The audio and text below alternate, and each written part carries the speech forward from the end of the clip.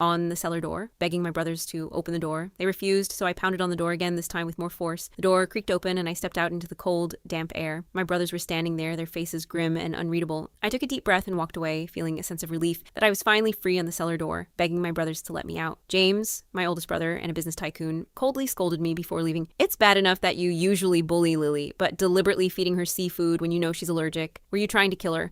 Stay in there and think about what you've done." William, my second brother and a rising music star, and Henry, my third brother and a genius painter, both sneered. "Someone as vicious as you is still making excuses and playing the victim. You can just stay in there and suffer the consequences." With that, they carried my trembling stepsister Lily in their arms and rushed her to the hospital. As the oxygen slowly ran out, each breath became more labored until I finally died in that cellar. 3 days later, when my brothers returned home from the hospital with Lily, they finally remembered me, but by then, I had already suffocated to death in that cramped cellar. I died from lack of oxygen in that cellar. When I regained consciousness, I found my spirit hovering next to my 3 brothers. They had just returned to their mansion. James and William were gently helping Lily, speaking to her kindly. "Thank goodness we got you to the hospital in time. You're recovering so quickly." Henry fussed over her with obvious concern. "The doctor said your body is still weak and needs proper nourishment." He then eagerly served Lily a large piece of meat. A servant hesitantly spoke up. "Young masters, Miss Rachel hasn't made a sound in the cellar for 3 days now." James snorted and cut her off. "Today is a happy day. Lily's coming home from the hospital. Why bring up that troublemaker?" The servant tried to continue, but William and Henry's cold glares silenced her. "That wretched girl must have known about the seafood allergy and deliberately made an entire seafood dinner," William fumed. "And here I thought she was finally starting to accept Lily. Turns out it was all premeditated," Henry added angrily. Lily put on a frightened expression and timidly said, "Big sister is being punished because of me. She's been alone in that cellar for so many days. What if she's angry when she comes out?" James's expression hardened. "Don't worry, Lily. We've been too lenient with her before. She's never faced real consequences. After this lesson, she won't dare bully you again." As he spoke, he instinctively pulled out his phone and refreshed our chat history. But our last messages were still from 3 days ago. In those 3 days, I hadn't sent a single message or made a single call. James's eyes flashed with anger. "That ungrateful brat! It's been days, and she hasn't even sent one message asking how Lily is doing." At that moment, Lily deliberately grasped James's hand and said in a tearful voice,